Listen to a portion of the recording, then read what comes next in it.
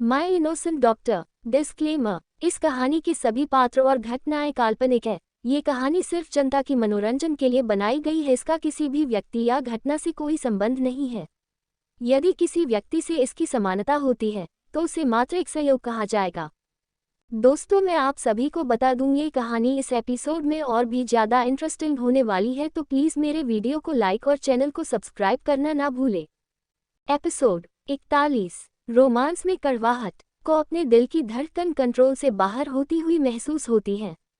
देव खुद से ही कहता है, हमें ऐसा क्यों लग रहा है जैसे हमारा दिल हमारे सीने से निकलकर बाहर आ जाएगा।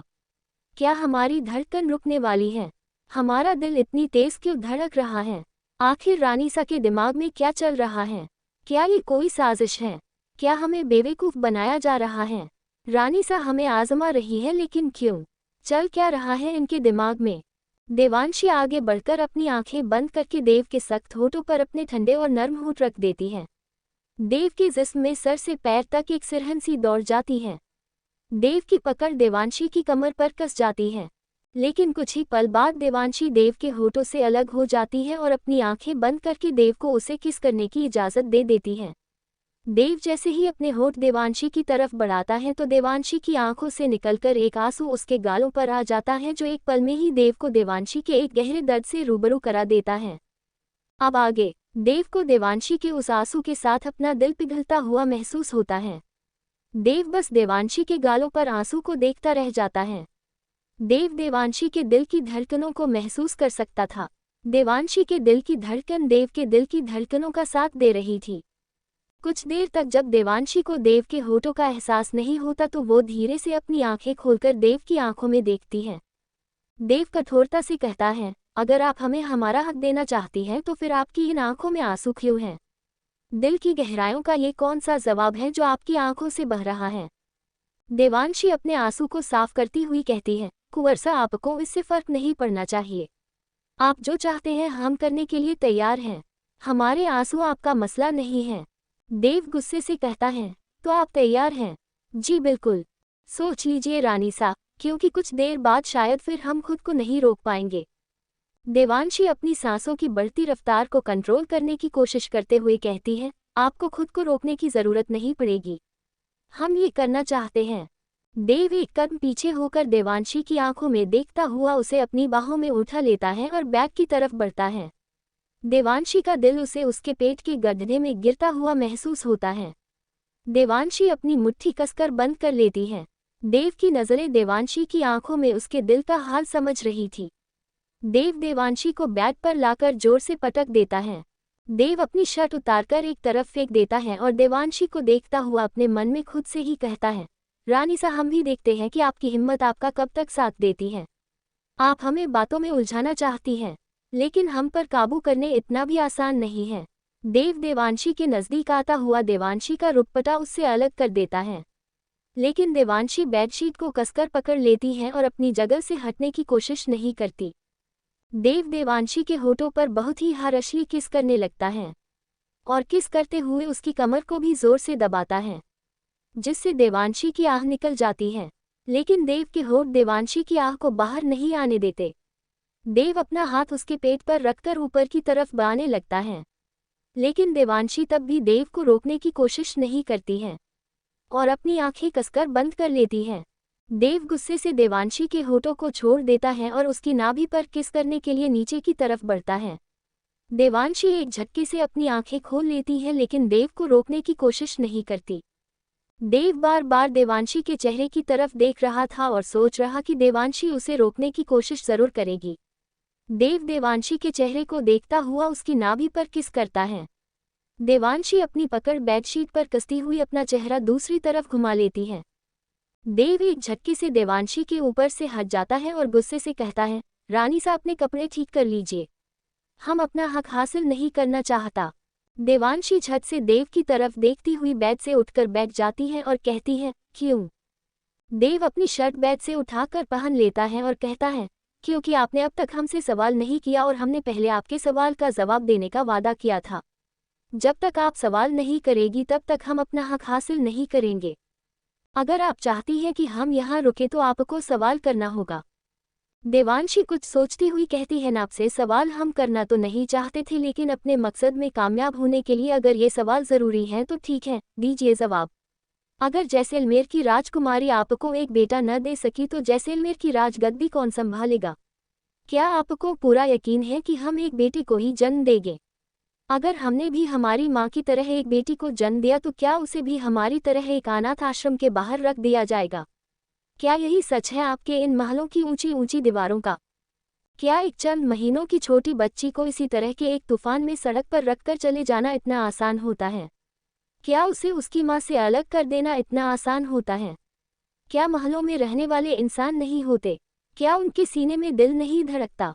सियासत के इस खेल में इंसान कुछ भी कर सकता है।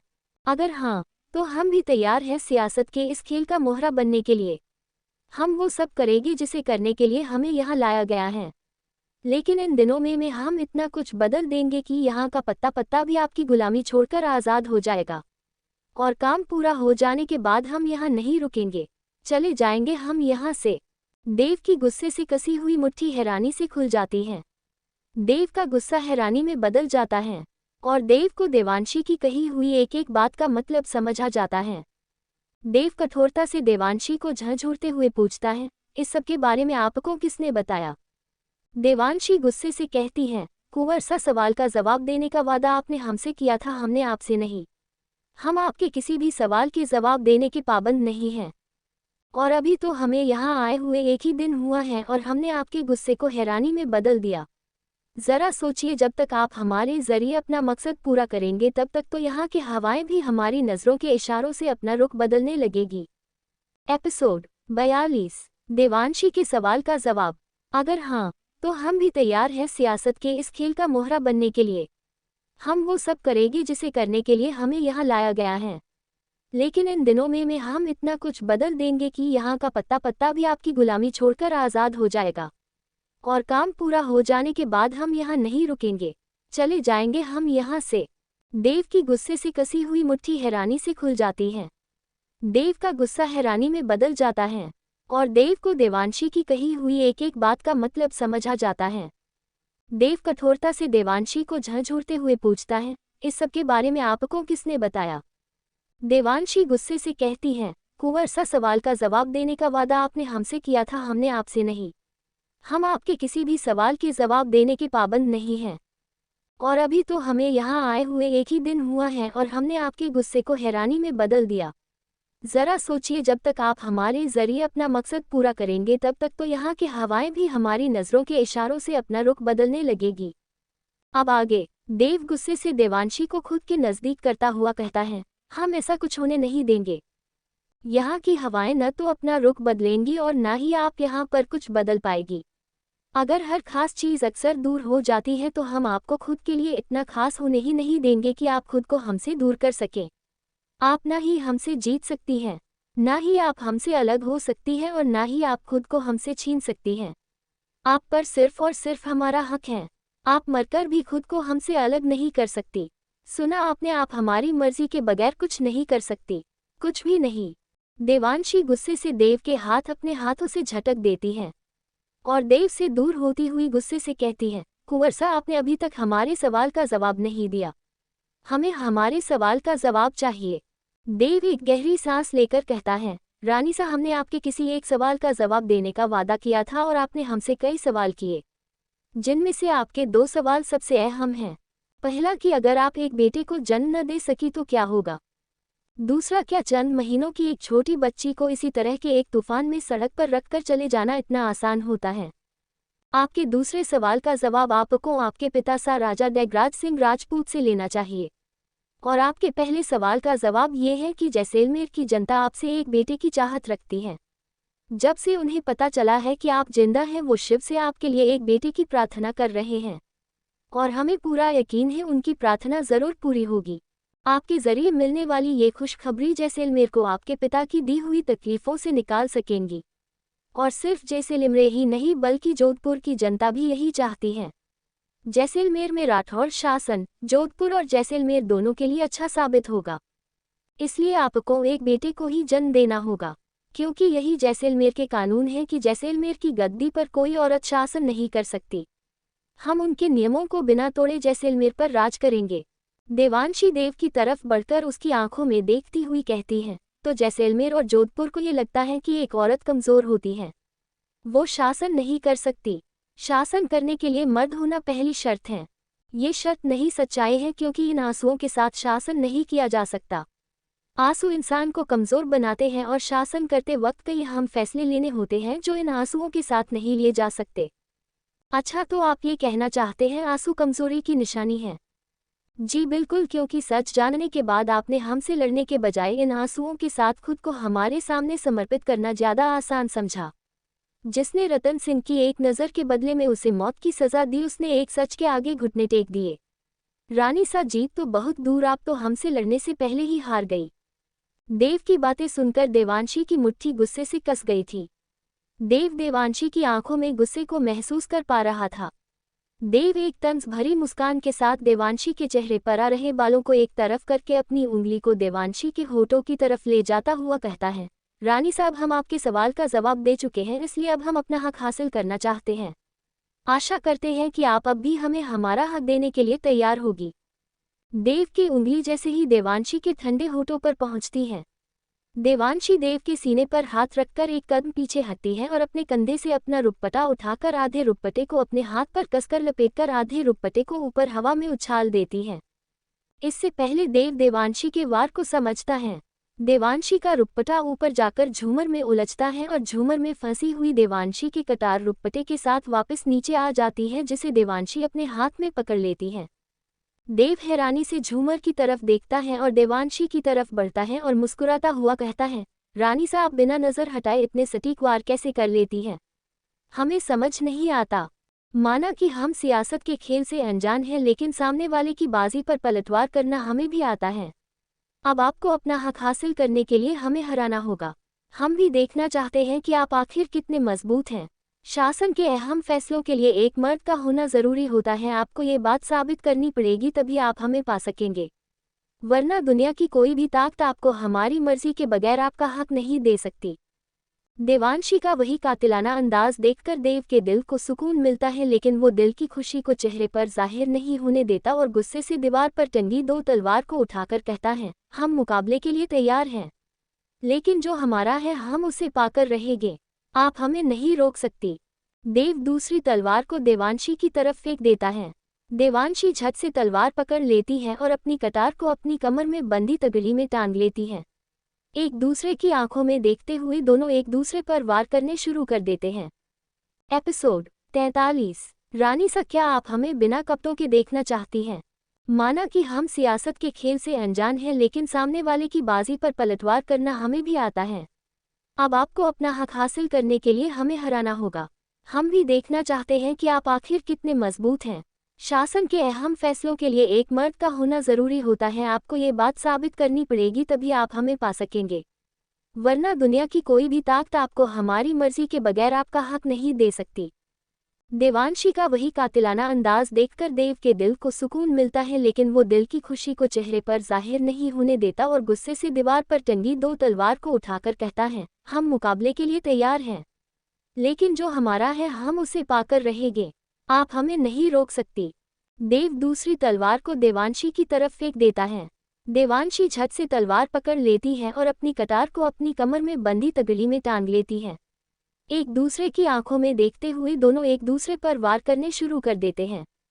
अब आगे। जैसलमेर का महल। जैसलमेर के राजा डैगराज सिंह राजपूत देवांशी के पिता एक कठोर मिजाज के व्यक्ति थे। चेहरे को देखकर लगता था जैसे हंसे हुए एक जमाना गुजरा हो।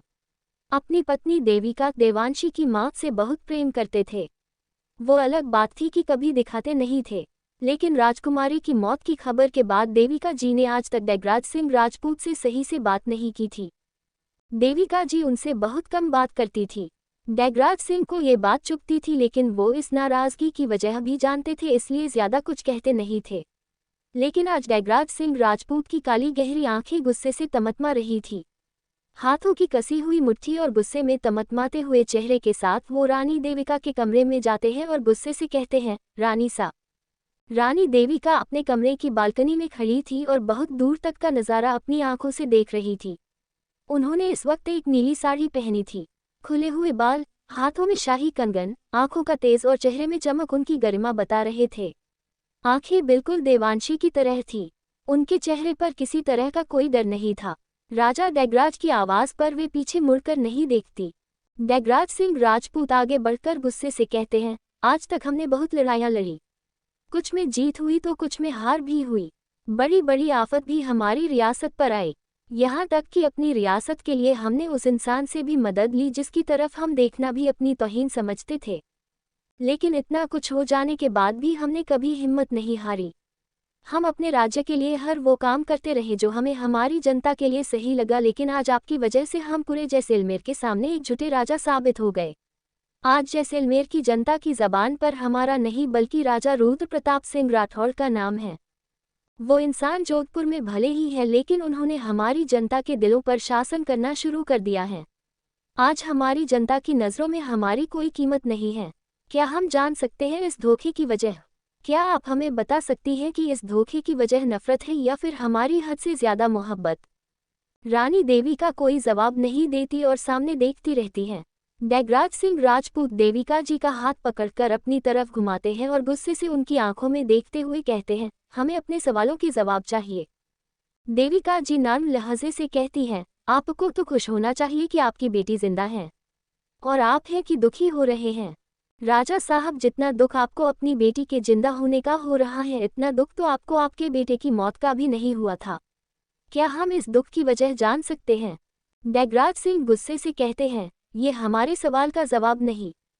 देविका जी राजा डैगराज की आंखों में देखती हुई कहती हैं, राजा सा, हमें समझ नहीं आ रहा है कि आप हमसे किस सवाल का जवाब मांग रहे हैं, जबकि सवाल तो हमें आपसे करना चाहिए। आपने कहा था कि राजकुमारी अब इस दुनिया में नहीं है, और अब खबर मिली है कि जोधपुर के कुंवर देव प्रताप सिंह राठौड़ जैसलमेर की राजकुमारी से शादी करके अपने महल पहुंच चुके हैं। ये कैसे हो सकता है राजा साहब? जो बच्ची यहाँ हमारे महल में मर चुकी थी, वो जिंदा कैसे हो सकती है? उस दिन जो शव आपने हमारी गोद में पकड़ाया, क्या वो हमारी बेटी नहीं थी? डैगराज जी गुस्से से कहते हैं, रानी सा राणा इस वक्त कैद खाने में है और वे जब तक सच नहीं बता देते तब तक कैद खाने में ही रहेंगे। इसलिए बेहतर होगा कि आप ही अपने हिस्से का सच बता दीजिए, वरना सच तक पहुंचने के और भी तरीके हैं हमारे पास। जो सुलूक इस वक्त राणा के साथ किया जा रहा है, हम नहीं चाहते कि सच्चाई तक पहुंचने के लिए उससे बुरा सुलूक हमें आपके साथ करना पड़े। हमारी नज़रों के सामने रहते हुए आप इतना बड़ा खेल कैसे खेल गई और हमें कानों कान खबर भी लगने दी? हम आज तक खुद को आपका गुनहगार समझते रहे, लेकिन हमने वो गुनाह किया ही नहीं जिसकी सज़ा उस दिन से आज तक आप हमें देती आई हैं। देविका जी गुस्से से कहती हैं, गलतफहमी है आपकी राजा साहब, क्योंकि गुनाह तो आपने किया है। आपने तो राजकुमारी को जान से मारने का हुक्म दे दिया था, लेकिन हमने उन्हें मरने नहीं दिया। अगर हम वहां नहीं पहुंचते तो राजकुमारी जीवित नहीं होती। और क्या खूब सिला दिया आपने राणा जी को बरसों की वफादारी का। लेकिन आपकी जानकारी के लिए बता दें कि आपके हुक्म के हिसाब से उन्होंने राजकुमारी को मारने के लिए तेज बारिश में बीच सड़क पर रख दिया था, और आपका हुक्म भी पूरा कर दिया था, लेकिन वहां से हमने राजकुमारी को उठा लिया और राणा जी से ही दिल्ली के एक अनाथ आश्रम तक पहुंचावा दिया। और इतना ही नहीं, राणा सा को आपकी कसम भी दी वे कभी भी इस राज को आपको न बताए। हम आपको ये सब बताना तो नहीं चाहते थे, लेकिन हम राणा जी को अपनी करनी की सजा भी भुगतने नहीं देंगे। डैगराज जी देविका जी को झंझोड़ते हुए कहते हैं, क्यों किया आपने ये सब? देविका जी डैगराज जी के हाथ अपने हाथों से हटाती हुई गुस्से से कहती हैं, क्योंकि हमारी बेटी के लिए यहाँ हर कदम पर कातिल खड़ा था, और हम उन्हें जिंदा रखना चाहते थे। हम चाहते थे कि वे वक्त आने पर आपके उन तकियानुसी विचारों को बदल सके जिन्हें हम नहीं बदल पाए। इस महल में हमारी बेटी के एक एक सांस आप पर भारी थी। उनकी वजह से आपको हर पल अपनी रियासत अपने हाथों से खोती हुई मालूम हो रही थी। हमें अपनी बेटी को आपसे और आपके समाज से लड़ने के काबिल बनाना था, इसलिए ये सब हमने किया। अगर हम ये सब नहीं करते और किसी तरह उन्हें मौत से बचा भी लेते तो आपके विचार हमारी बेटी को एक बहादुर लड़की नहीं बल्कि एक कमज़ोर राजकुमारी बनाते। इसलिए जब आपने हमारी बेटी को अपने खास राणा के हाथों में देकर कहा कि आप इनको जीवित नहीं देखना चाहते, तभी हमने ये सोच लिया था कि हम अपनी बेटी को आग में तपाकर कुंदन बना देंगे। जब उस रात आपके हुक्म पर हमें नशे की दवाई खिलाई गई तो हमने वो दवाई नहीं खाई, आपकी और राणा जी की एक एक बात सुनी। और जब राणा जी हमारी बेटी को लेकर महल से रवाना हुए तो उस रात हम भी महल से एक नौकरानी के कपड़े पहनकर उनके पीछे चले गए थे। राणा जी ने हमारी बेटी को जंगल में रखकर 2 टुकड़े करने चाहे लेकिन वो कर न सके। वो हमारी बेटी को और आगे ले गए। वहां जंगल में उन्हें एक बूढ़ी औरत की कुटिया मिली। उन्होंने राजकुमारी को उसे देने की कोशिश की लेकिन वो आपके वचन में बंधे होने के कारण ये भी न कर सके और तेज तूफान बारिश में हमारी बच्ची को सड़क पर अकेले छोड़ दिया। उन्होंने आपके हुक्म का पालन करते हुए राजकुमारी को मरने के लिए सड़क पर छोड़ तो दिया लेकिन उनका दिल राजकुमारी को उस अंधेरी रात में उस सुनसान सड़क पर छोड़ न सका। वो अपने हाथों से राजकुमारी को तेज बारिश से बचाने की कोशिश करने लगे। तब हमें एहसास हुआ कि राणा जी आपसे ज्यादा हमारी बेटी से मोहब्बत करते हैं। हमने आगे बढ़कर राजकुमारी को अपनी गोद में उठाया और राणा जी से कहकर राजकुमारी को दिल्ली के अनाथ आश्रम में छोड़ दिया। हमने जानबूझकर राजकुमारी को एक अनाथ आश्रम में रखा और जिंदगी की मुश्किलों से लड़ने के काबिल भी बनाया। हमने उन्हें जानबूझकर इस तरह की मुश्किलों में डाला जिससे उन्हें लगने लगे कि इस दुनिया में जिंदा रहने के लिए रिश्ते नहीं हुनरबाजी का होना बहुत ज़रूरी है। और आज हमारी बेटी इस काबिल है कि आप अपनी रियासत के सबसे बहादुर लोगों को भी मात दे सकती हैं। राजा डैगराज सिंह राजपूत की मुट्ठी गुस्से से कसी हुई थी। वो दांतों को भींचकर गुस्से से कहते हैं, देविका आप जानती भी हैं आपने क्या कर दिया है। हमने राणा को अपनी बेटी खुशी से नहीं बल्कि मजबूरी में दी थी। जैसलमेर की राजगद्दी शापित है, अगर उस पर कभी कोई राजकुमारी शासन करेगी तो सिर्फ राजकुमारी की जान को खतरा नहीं होगा बल्कि रियासत में भी सूखा फैल जाएगा। इसलिए हमने अपनी जनता के लिए अपनी बेटी की कुर्बानी दी थी। देविका जी गुस्से से कहती हैं, अगर ऐसा है तो जोधपुर के कुंवर देव प्रताप सिंह राठौर से शादी इस मसले का हल थी, ना कि वो जो आपने किया। देविका हम जानते हैं हमने राजकुमारी के साथ गलत किया लेकिन अगर हम राजकुमारी की शादी कुंवर देव से करा भी देते तो भी हमारी जनता के सर से परेशानी नहीं हटती, क्योंकि राजा रुद्र प्रताप सिंह राठौर की सोच में खोट थी। इस शादी के जरिए से वो सिर्फ हमसे बदला लेना चाहते थे, हमारी रियासत को हासिल करना चाहते थे और कुछ नहीं। राजकुमारी देवांशी उस महल में उनके दुश्मन की बेटी कहलाई जाती और कुछ समय बाद कुंवर देव की शादी रुद्र प्रताप के दोस्त की छोटी बेटी कामाक्षी से कर दी जाती, क्योंकि राजकुमारी देवांशी के जन्म से पहले ही रुद्र प्रताप सिंह ने अपने दोनों बेटों का विवाह अपने दोस्त जयपुर के राजा भानु प्रताप सिंह की दोनों पुत्री के साथ तय कर दिया। लेकिन जब उन्हें पता चला कि आपने भी एक बेटी को जन्म दिया और आप दोबारा मां नहीं बन सकती तो उन्होंने राजा भानु प्रताप से बात करके अपने बेटे कुंवर देव का रिश्ता तोड़ दिया और हमारे सामने देवांशी और कुंवर देव के विवाह की शर्त रखी। देविका जी गुस्से से मुट्ठी को कसकर दूसरी तरफ देखती हुई कहती हैं, ये सच नहीं हो सकता। आप अपने किए हुए गलत काम को सही साबित करने की कोशिश कर रहे हैं। रानी सा अगर आपको हमारी बात पर यकीन नहीं और हम झूठ बोल रहे हैं तो आने वाला वक्त हमारे इस सच को साबित करेगा, और अगर हम गलत साबित हो गए तो हम खुद राजकुमारी देवांशी को यहाँ आने का पैगाम देंगे और बरसों पुराने किए हुए वादे के मुताबिक अपना राजपाट देवांशी और देव को सौंप देंगे। ये वादा है हमारा आपसे। देविका एक तंज भरी मुस्कान के साथ कहती है, राजा साहब आपको ये दूर से आती हुई आवाज़ सुनाई दे रही है, क्या आप पहचानते हैं इस आवाज़ को? ये एक तूफान की आवाज़ है जो कहीं दूर से आ रही है, लेकिन लगता है जैसे धीरे धीरे ये आवाज़ बढ़ती जा रही है और तूफान इस तरफ ही रहा है। इसलिए आप जो भी वादा करें बहुत सोच समझ कर कीजिएगा। जोधपुर देव का कमरा। देव और देवांशी अब तक लड़ते लड़ते पूल साइड की तरफ आ गए थे। दोनों में से कोई भी हार मानने को तैयार नहीं था। देवांशी अपनी पूरी कोशिश देव को जख्मी करने की कर रही थी लेकिन देव हर बार देवांशी के वार को तलवार से काट देता था। देवांशी आगे बढ़कर देव के पेट पर वार करती है लेकिन तलवार देव की शर्ट को काटती हुई आगे निकल जाती है। देव मुस्कुराकर कहता है, अरे ये क्या रानी सा, देखिए अपनी नज़रों को जरा अपनी हदों में रखिए। क्या आप हमें बिना कपड़ों के देखना चाहती हैं? देवांशी आगे बढ़कर कहती है, हम आपकी आंखों को बिना घमंड के देखना चाहते हैं। रानी सा ये नामुमकिन है क्योंकि जिसके पास आप जैसी रानी हो उन आंखों में घमंड होना वाजिब है। देव देवांशी को धोखा देकर पल झपकते ही देवांशी के बालों से उसकी रबड़ को अपनी तलवार से काट देता है और कुछ ही पलों में देवांशी के बाल हवा में लहरा जाते हैं। देव आगे बढ़कर देवांशी के हाथ को रोकता हुआ उसके बालों के पिन भी निकाल देता है। आरुषि एक झटके से देव से खुद से दूर धक्का देती है और गुस्से से कहती है, कुंवर सा अपने हाथों पर काबू रखिए, अभी तक आप मुकाबला जीते नहीं हैं। देव मुस्कुराकर कहता है, हम जीत के बहुत नज़दीक हैं। गलतफहमी है आपकी। तभी देव का अचानक पैर फिसलता है और वह पुल के पास गिर जाता है और उसकी तलवार पानी में गिर जाती है। देवांशी मौके का फायदा उठाकर देव की गर्दन पर अपनी तलवार रख देती है। एपिसोड 44। वरना हम पूरी रात आपको इस तरह की सजा ही देते रहेंगे। देवांशी आगे बढ़कर कहती है, हम आपकी आंखों को बिना घमंड के देखना चाहते हैं। रानी सा ये नामुमकिन है क्योंकि जिसके पास आप जैसी रानी हो उन आंखों में घमंड होना वाजिब है। देव देवांशी को धोखा देकर पल झपकते ही देवांशी के बालों से उसकी रबड़ को अपनी तलवार से काट देता है और कुछ ही पलों में देवांशी के बाल हवा में लहरा जाते हैं। देव आगे बढ़कर देवांशी के हाथ को रोकता हुआ उसके बालों की पिन भी निकाल देता है। आरुषि एक झटके से देव से खुद से दूर धक्का देती है और गुस्से से कहती है, कुंवरसा अपने हाथों पर काबू रखिए, अभी तक आप मुकाबला जीते नहीं हैं। देव मुस्कुराकर कहता है, हम जीत के बहुत नजदीक हैं, गलतफहमी है आपकी। तभी देव का अचानक पैर फिसलता है और वह पुल के पास गिर जाता है और उसकी तलवार पानी में गिर जाती है। देवांशी मौके का फायदा उठाकर देव की गर्दन पर अपनी तलवार रख देती है। अब आगे देवांशी के खुले हुए रेशमी बाल तेज हवा की वजह से लहरा रहे थे और लड़ाई करते करते देवांशी का टीका भी उसके माथे से हट चुका था। मांग में देव का नाम का सिंदूर और गोरों हाथों में चूड़ी कंगन खनक रहे थे और माथे की बिंदी अपनी जगह से हल्की सी फिसल गई थी। देवांशी देव को हराकर खुश थी। वो मुस्कुराकर कहती है, कुंवरसा आप हार चुके हैं।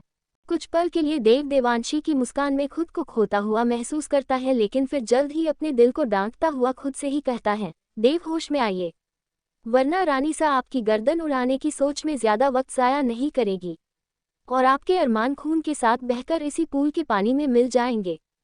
देव पूल के बहुत नजदीक था और देव का एक हाथ पानी में जा रहा था। देव देवांशी की आंखों में देखता हुआ अपने हाथ में पूल में से पानी लेकर अचानक देवांशी की आंखों में डाल देता है।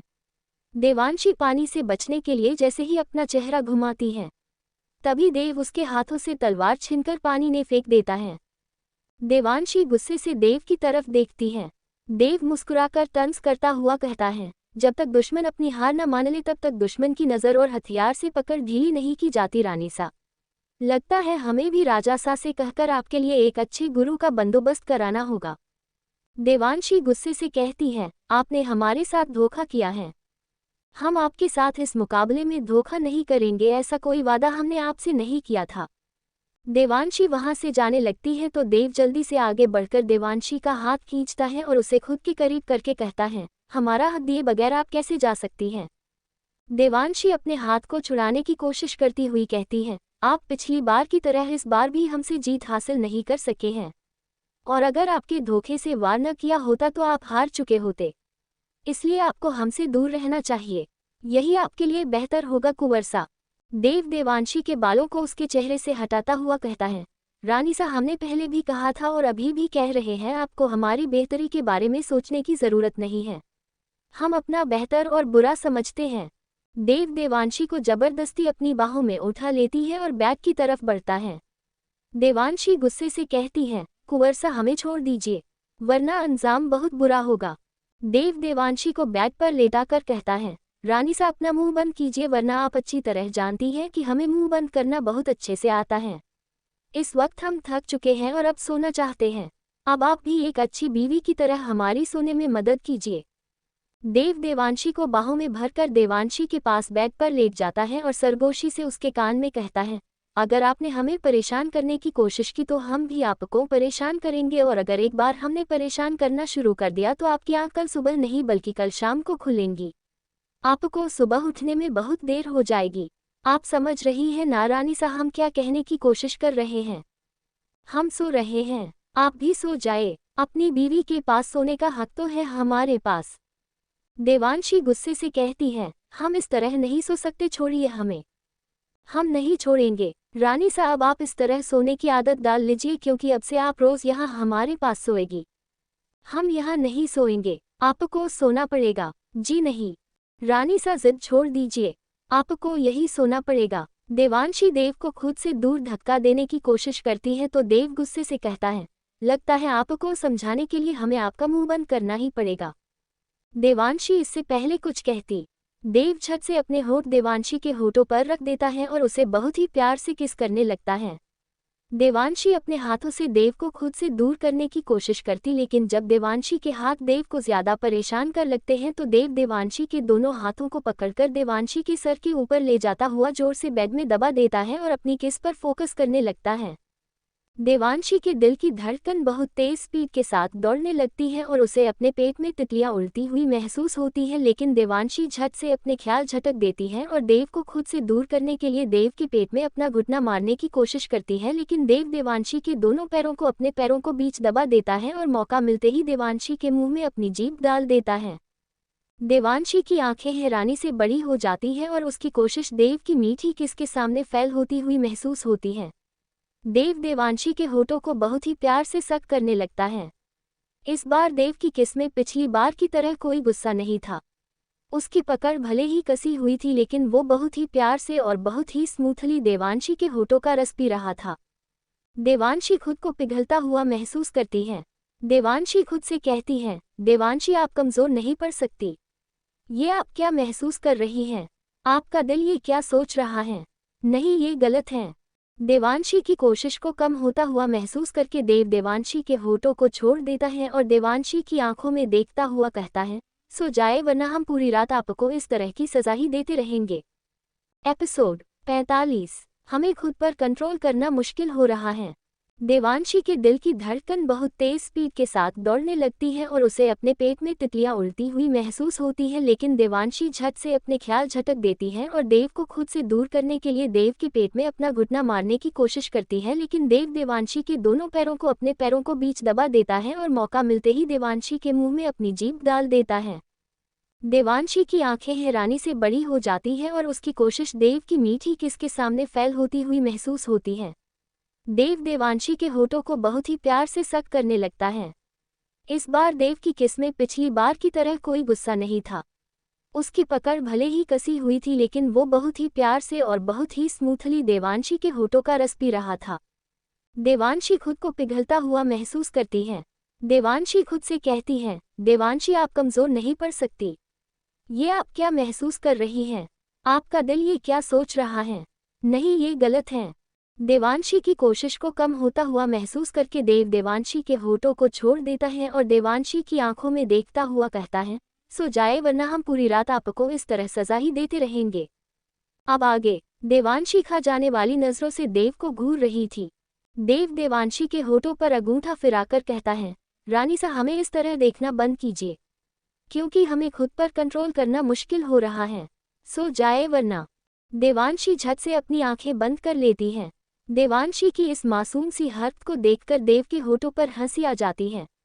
देव मुस्कुराकर कहता है, अगर आप हमसे दूर जाने की कोशिश नहीं करेगी तो हम भी आपको परेशान नहीं करेंगे और चुपचाप सो जाएंगे, लेकिन अगर रात को किसी वक्त भी ये लगा कि आप हमारे पास नहीं हैं तो हम आपको खुद के इस कदर करीब कर लेंगे कि आपको अपनी सांसों में भी हमारी सांसों की खुशबू आएगी। देवांशी के पास अब देव की बात मानने के अलावा कोई रास्ता नहीं था। उसे आंखें बंद किए हुए मजबूरन कहना पड़ता है, ठीक है, नहीं जाएंगे, यही सो जाएंगे, लेकिन कम से कम इतनी जल तो दीजिए कि हमें सांस आ सके। हमें करवट बदल कर सोना है। आपको देखते हुए नहीं सो सकते हैं। देव देवांशी के पैरों से अपने पैर हटा देता है। देवांशी फौरन बेड के एक कोने पर होकर दूसरी तरफ मुंह करके लेट जाती है। देव देवांशी को उसकी कमर से पकड़कर खुद के करीब कर लेता है और कहता है, अगर बेड बड़ा है तो इसका मतलब ये नहीं कि आप हमसे इतनी दूर होकर लेटेगी, हमारे नज़दीक सोएगी आप, जिससे हमें आपकी धड़कनों की आवाज़ आती रहे और आप भागने की भी न सोच सके। इस वक्त देवांशी की कमर देव के सीने से लगी हुई थी। देव के हाथ देवांशी की पेट पर थे जो देवांशी को देव से सटा रहे थे। देवांशी समझ चुकी थी कि वो इतनी भी ताकतवर नहीं कि हटे कट्टे कुंवरसा का मुकाबला बिना हथियारों से कर सके। देवांशी को मजबूरन अपनी आंखें बंद करके सोने का नाटक करना पड़ता है। देवांशी की सांसें पूरी रात अटकी रही। देव की पकड़ उसे सोने नहीं दे रही थी। उसे अपना दिल सीने से बाहर आता हुआ महसूस हो रहा था। देव की गर्म गर्म सांसें देवांशी को अपनी गर्दन पर महसूस हो रही थी। देवांशी चाहकर भी अपनी धड़कनों पर कंट्रोल नहीं कर पा रही थी। अगली सुबह देव देवांशी को बाहों में भरकर पूरी रात सुकून से सोया था, लेकिन देवांशी की आंख सुबह 3 बजे लगी, लेकिन फिर 4 बजे देव की आंख खुल जाती है। देव उठते के साथ ही देवांशी की तरफ देखता है। देवांशी इस वक्त देव की तरफ मुंह करके सो रही थी। उसका एक हाथ देव के सीने पर था और देवांशी के बाल उसके आधे चेहरे को ढक रहे थे। देव धीरे से देवांशी के चेहरे पर पड़े बालों को हटाकर पीछे कर देता है और अपने सीने पर रखे हुए देवांशी के हाथ को उठाकर अपने चेहरे पर रख लेता है और देवांशी की छूअन को अपने चेहरे पर महसूस करने लगता है। देव की नज़र देवांशी के होठों पर ठहरी हुई थी। देव देवांशी के होठों को देखता हुआ कहता है, रानी साहब के ये होठ हमें अपनी तरफ आकर्षित कर रहे हैं। हम आपको परेशान नहीं करना चाहते, लेकिन आपकी ये सुकून से भरी हुई नींद हमें बेसुकून कर रही है। देव जैसे ही अपना हाथ देवांशी के चेहरे की तरफ बढ़ाता है तभी देवांशी की आंख खुल जाती है, लेकिन देव एकदम अपनी आंखें बंद करके नींद में होने का नाटक करने लगता है। देव अपना हाथ देवांशी के चेहरे पर रख देता है। देवांशी गुस्से से झट से अपने चेहरे से देव का हाथ हटा देती है और देव के गाल से भी अपना हाथ खींच लेती है और गुस्से से कहती है, इन्हें सोते हुए भी चैन नहीं है।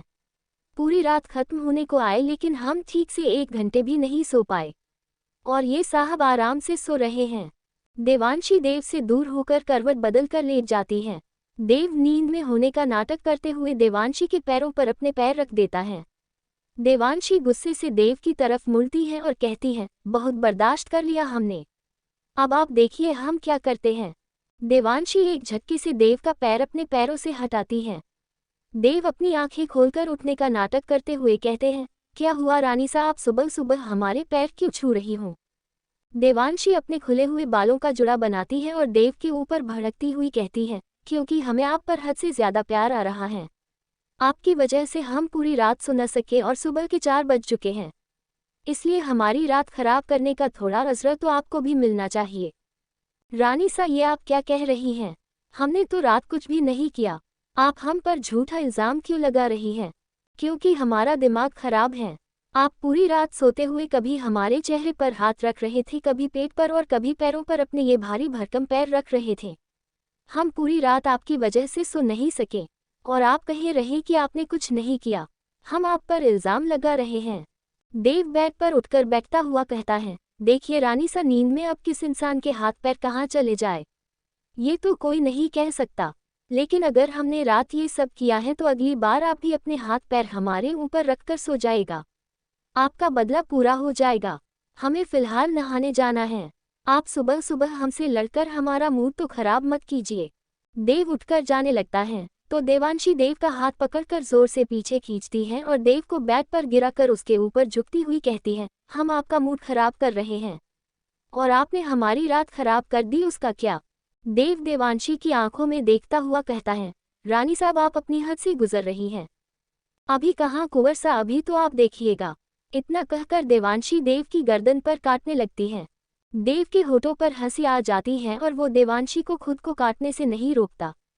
देवांशी गुस्से में और ज्यादा जोर से काटती है। कुछ देर बाद जब देवांशी को एहसास होता है कि देव उसे रुकने की कोशिश नहीं कर रहा है, तो देवांशी देव से अलग होकर गुस्से से कहती है, क्या आप पत्थर के बने हुए हैं? क्या आपको दर्द नहीं होता? देव देवांशी के होठों को देखता हुआ बहुत ही प्यार से कहता है, अगर आपकी सज़ा पूरी हो गई हो तो क्या हम जा सकते हैं? वो क्या है ना, हमें अपनी सांसों से आपकी खुशबू आ रही है। अगर हम नहाए नहीं तो पूरा दिन मदहोशी में रहेंगे और आपकी यादों से बाहर नहीं निकल पाएंगे, इसलिए रानी सा हमें जाने दीजिए। देवांशी देव के चेहरे की मुस्कुराहट को देखकर बुरी तरह किलसती हुई गुस्से से कहती है, नहीं, कहीं जाने की जरूरत नहीं है, सो जाइए और घंटों तक सोइए। हम जा रहे हैं, पहले हम नहाएंगे और अगर ज़्यादा जल्दी है नहाने की तो अपने उस पूल में नहा लीजिए जिसमें अभी भी हमारी तलवार पड़ी हुई है। देवांशी उठकर नहाने चली जाती है और देव बस उसे देखता रह जाता है। एपिसोड 46। रानी सा, आपको हमारी मदद की आदत पड़ जाएगी। कुछ देर बाद जब देवांशी को एहसास होता है कि देव उसे रुकने की कोशिश नहीं कर रहा है, तो देवांशी देव से अलग होकर गुस्से से कहती है, क्या आप पत्थर के बने हुए हैं? क्या आपको दर्द नहीं होता? देव देवांशी के होठों को देखता हुआ बहुत ही प्यार से कहता है, अगर आपकी सज़ा पूरी हो गई हो तो क्या हम जा सकते हैं? वो क्या है ना, हमें अपनी सांसों से आपकी खुशबू आ रही है। अगर हम नहाए नहीं तो पूरा दिन मदहोशी में रहेंगे और आपकी यादों से बाहर नहीं निकल पाएंगे, इसलिए रानी सा हमें जाने दीजिए। देवांशी देव के चेहरे की मुस्कुराहट को देखकर बुरी तरह किलसती हुई गुस्से से कहती है, नहीं, कहीं जाने की जरूरत नहीं है, सो जाइए और घंटों तक सोइए। हम जा रहे हैं, पहले हम नहाएंगे, और अगर ज्यादा जल्दी है नहाने की तो अपने उस पूल में नहा लीजिए जिसमें अभी भी हमारी तलवार पड़ी हुई है। देवांशी उठकर नहाने चली जाती है और देव बस उसे देखता रह जाता है। अब आगे देव अपनी गर्दन पर देवांशी के दांतों के निशान को छूकर देवांशी के होठों के एहसास को महसूस करता हुआ जोर से कहता है, रानी सा, अगर आपको वहाँ हमारी मदद की ज़रूरत हो तो आप हमें आवाज़ लगा सकती हैं, क्योंकि हमारी मदद में वाकई सुर्ख आपके पर लगे हुए हैं। अगर आप हमसे मदद लेगी तो वादा करते हैं रानी सा, आपको हमारी मदद की आदत पड़ जाएगी। देवांशी बाथरूम में जाकर खुद से कहती है, अगर वक्त रहते हमने डॉक्टर हिमांशु की गर्दन का सफाया किया होता तो शायद आज हम इस मुसीबत में न होते। ना अनाथ आश्रम कुंवरसा के पास आता और ना ही वो मुकाबला होता जिसमें हम अनाथ आश्रम को जीतकर खुद को ही हार गए। एक खून हम कर चुके हैं, लेकिन हालात कह रहे हैं कि एक खून हमें अभी और करना पड़ेगा। तब हमारी जिंदगी में हमें वक्त मिल सकेगा कुछ बेहतर सोचने के लिए। देवांशी खुद से बातें कर ही रही थी, तभी देवांशी की नज़र सामने आईने पर पड़ती है, जिसमें खुद के अक्स को देखकर देवांशी थोड़ी सोच में पड़ जाती है और आईने पर अपने चेहरे के अक्स पर हाथ फेरती हुई कहती है, कैसे इंसान होंगे वो जिन्होंने अपनी चंद महीने की छोटी बच्ची को सड़क पर छोड़ देने का हुक्म दिया होगा। क्या हम गुनहगार थे जो हमें इतनी बड़ी सज़ा दी गई? क्या वाकई सभी इंसानों के सीने में दिल नहीं धड़कता? क्या वाकई शासन करने के लिए एक पुत्र का होना ज़रूरी होता है? जयपुर का महल। राजा भानुमान सिंह अपनी छोटी बेटी कामाक्षी के कमरे में आते हैं और सभी सामान को अस्त व्यस्त देखते हुए कहते हैं, अरे अरे, क्या हम जान सकते हैं कि ये आज महल में क्या हो रहा है? इतना सारा सामान आखिर कहाँ जाने की तैयारी की जा रही है? राजकुमारी कामाक्षी पीछे पलटती हुई कहती है, जोधपुर। राजकुमारी कामाक्षी का कद 5 फुट 7 इंच, रंग गोरा और आंखें अपनी बहन मीनाक्षी की तरह ही बिल्कुल नीली थी। कामाक्षी ने इस वक्त बारीक काम का राजस्थानी पिंक लहंगा पहना हुआ था। हाथों में चौड़े वाले बारीक सफ़ेद नगों से जड़े हुए कंगन थे जिस पर बारीक सोने की तार से मोर बने हुए थे। माथे पर टीका और पतली गोरी कमर में तगड़ी थी, जिसके मोती हर कदम पर एक शोर कायम करते थे। बाल लहंगे को कमर पर बस हल्का सा ही छू पाते थे। आंखों में तेज काजल और होठों पर लाली बता रही थी कि रूप को नखरों के कई अंदाज आते हैं। हाथों की बस 2-3 उंगलियां ही बची थी जो अंगूठी की गिरफ्त से आज़ाद थी, और गले में एक बारीक चेनन के साथ एक हार था। नाभि बिंदी हुई थी और उसमें एक छोटी नगों की तितली लटक रही थी। जोधपुर का नाम सुनकर भानुमान सिंह जी के चेहरे के रंग फिनके पड़ जाते हैं। राजकुमारी कामाक्षी आगे बढ़कर कहती है, पिताजी, हम जोधपुर जा रहे हैं। राजा भानुमान सिंह चिंता करते हुए हैरानी से कहते हैं, जोधपुर? लेकिन क्यों? अब आपका वहाँ कोई काम नहीं है, आप वहाँ नहीं जा सकती। क्यों पिताजी, हम वहाँ क्यों नहीं जा सकते? मीनाक्षी, इस क्यों की वजह आप जानती हैं? वजह तो हम जानते हैं, लेकिन पिताजी शायद आप उस वजह के पीछे का मकसद समझ नहीं पा रहे हैं। राजा भानु गुस्से से कहता है, हम सब समझते हैं, आपको समझने की ज़रूरत नहीं है। आने वाले वक्त को लेकर आज को खराब नहीं किया जा सकता, और आज का सच यही है कि कुंवर देव अब राजकुमारी देवांशी के हो चुके हैं। आपका उन पर पहले भी कोई अधिकार नहीं था और अभी भी नहीं है। कामाक्षी अपने पिता को समझाती हुई कहती है, पिताजी, कुंवर देव प्रताप सिंह राठौर ने ये शादी सिर्फ जैसलमेर के लिए की है, और ये बात आप भी बहुत अच्छे से जानते हैं कि कुंवर देव प्रताप सिंह का विवाह पहले हमारे साथ तय किया गया था। देवांशी हमारे बाद इस दुनिया में आई थी और उनकी वजह से ही हमारा शादी टूट गई थी, लेकिन राजकुमारी देवांशी की मौत की खबर के बाद सब कुछ ठीक हो गया था। भले ही कोई रस्म अदा नहीं की गई, लेकिन हालात से साफ जाहिर हो गया था जो गलती की गई थी आने वाला वक्त उस गलती का सुधार कर देगा। आपके दोस्त राजा रुद्र प्रताप सिंह राठौर कई बार महल आए और हमसे कहा गया कि वक्त आने पर वो इस टूटे हुए रिश्ते को लेकर एक मुनासिब फैसला लेंगे।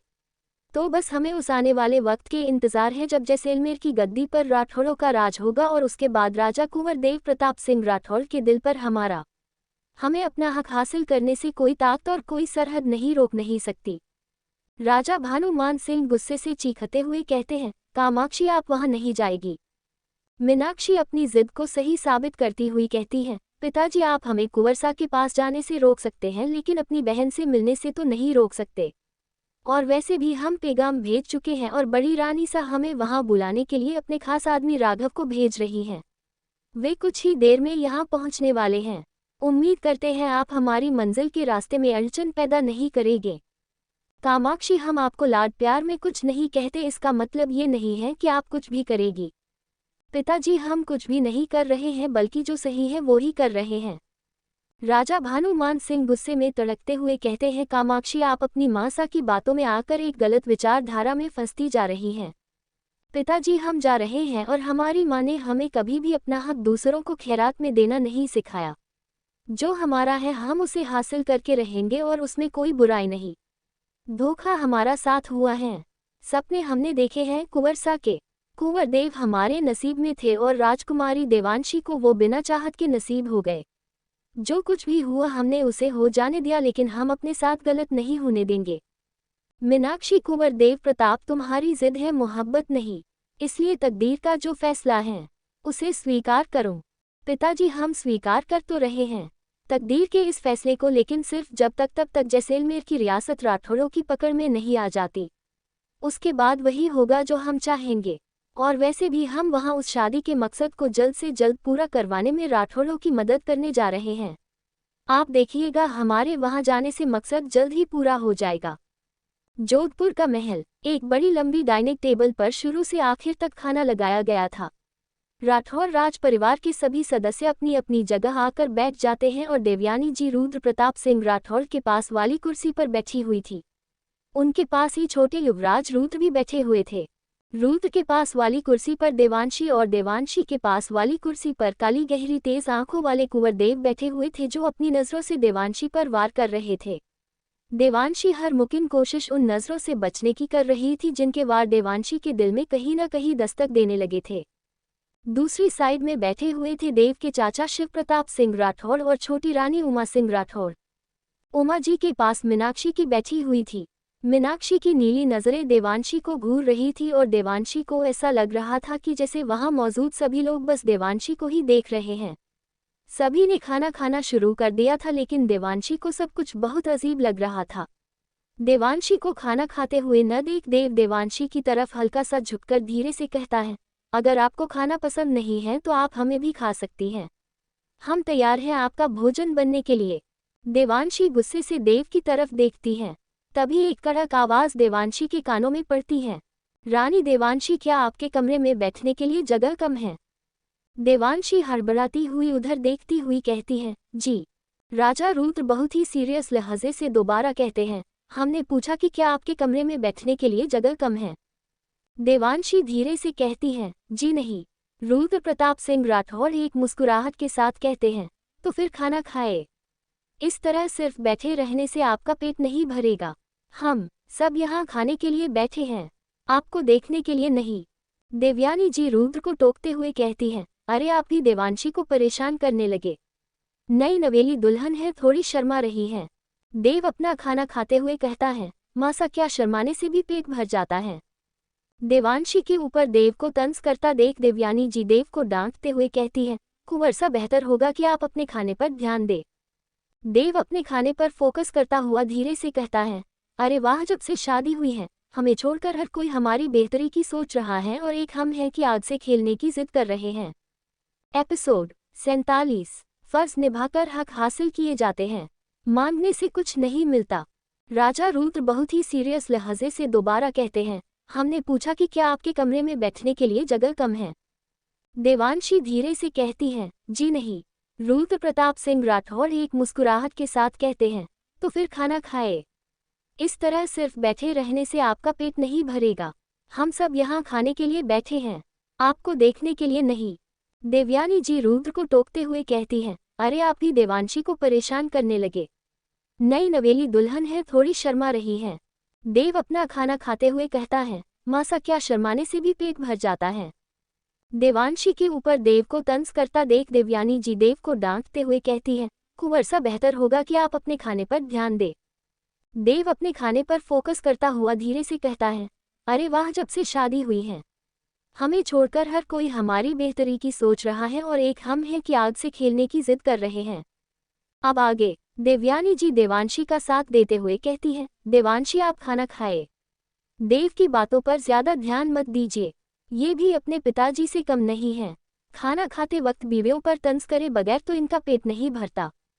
रुद्र जी देवयानी जी को देखते हुए कहते हैं, इसका मतलब रानी सा आप हमें तंज करने वाला पति कह रही हैं। हम तो आपके बेटे को आपके जैसा कह रहे हैं। राजा रुद्र और देवयानी जी की इस हल्की नोक-झोंक को देखकर देवांशी के चेहरे पर एक हल्की सी मुस्कान आ जाती है। देवांशी खाना खाना शुरू कर देती है। तभी हल्का सा खासकर देव युवराज रुद्र को कुछ इशारा करता है, जिसके बाद रुद्र देवयानी जी से कहता है, बड़ी दादी सा आपने तो कहा था कि ये खिलौना नहीं है। देवयानी जी रुद्र की बात को समझने की कोशिश करती हुई कहती हैं, जी हाँ हमने कहा था। ये खिलौना नहीं बल्कि आपकी छोटी माँ सा है। लेकिन आप इस समय ये बात क्यों? तो फिर ये हमारी माँ सा और आपकी तरह हंसती क्यों नहीं है? बातें क्यों नहीं करती और हमें अपनी गोद में बैठाकर खाना क्यों नहीं खिलाती है? इससे पहले देवयानी जी कुछ कहती, देवांशी रुद्र से कहती है, हम आपको खाना इसलिए नहीं खिला रहे हैं क्योंकि हम आपसे नाराज हैं। क्यों? आप हमसे नाराज क्यों हैं? हमारे महल में हमसे कोई नाराज नहीं होता तो फिर आप क्यों? देवांशी थोड़ा नाराज होने का नाटक करती हुई कहती है, क्योंकि आपने अभी तक हमें एक बार भी छोटी माँ नहीं कहा इसलिए। देवांशी देव और रुद्र के बीच में बैठी हुई थी। रुद्र एक नज़र देव की तरफ देखता है। राजा रुद्र देवांशी को टोकते हुए कहते हैं, देवांशी आप ये किस तरह की बात कर रही हैं? क्या हुआ अगर इन्होंने आपको छोटी माँ नहीं कहा? क्या अब इस बात पर आप युवराज से नाराज रहेंगी और उन्हें अपने हाथों से खाना नहीं खिलाएगी?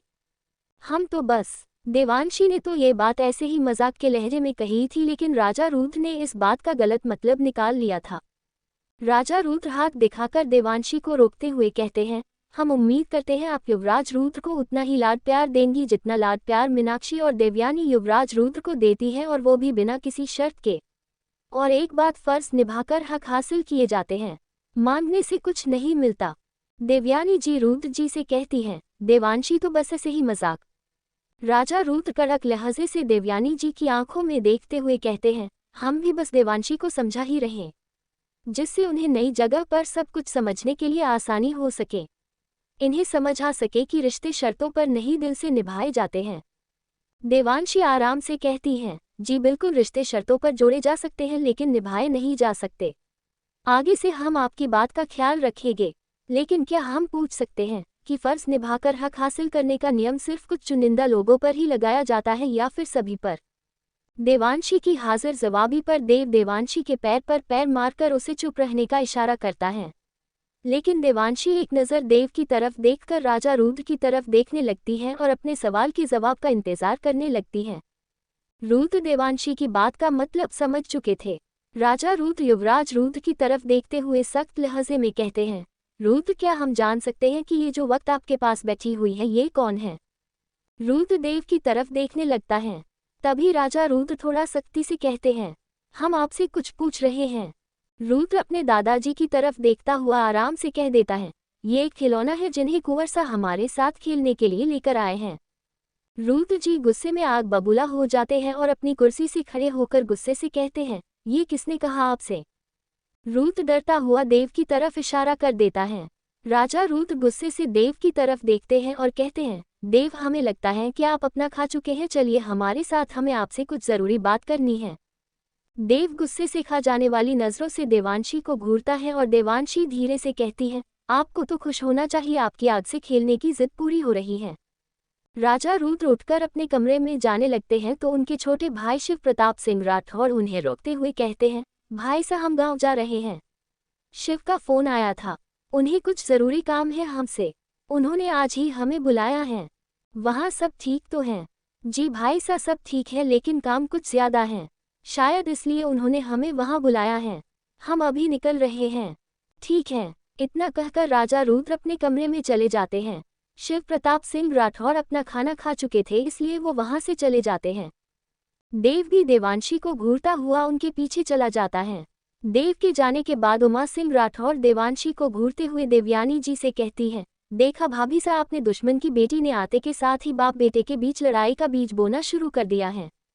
देवयानी जी उमा जी से कहती है, उमा गलतियों को सुधारने की कोशिश लड़ाई नहीं होती, आप बेफिक्र रहिए। देवयानी जी को देवांशी की तरफदारी करता देख उमा जी गुस्से से उठकर वहां से चली जाती है। देवयानी जी देवांशी से कहती हैं, कोई बड़ा मसला नहीं है, आप अपना खत्म कीजिए और बेफिक्र रहिए। अपनी बात कहकर देवयानी जी भी वहां से चली जाती हैं। युवराज रुद्र देवांशी से धीरे से कहता है, क्या हुआ दादू, नाराज क्यों हो गए? क्या हमसे कोई गलती हो गई है? देवांशी एक हल्की मुस्कान के साथ कहती है, गलती और आपसे नहीं तो आप भला गलती कैसे कर सकते हैं? और वैसे भी ये आपका महल है, आप होने वाले राजा हैं और राजा गलती थोड़ी करते हैं। तो फिर दादू कुंवरसा को अपने साथ क्यों लेकर गए हैं? उन्हें इनाम देने के लिए बुलाकर लेकर गए हैं।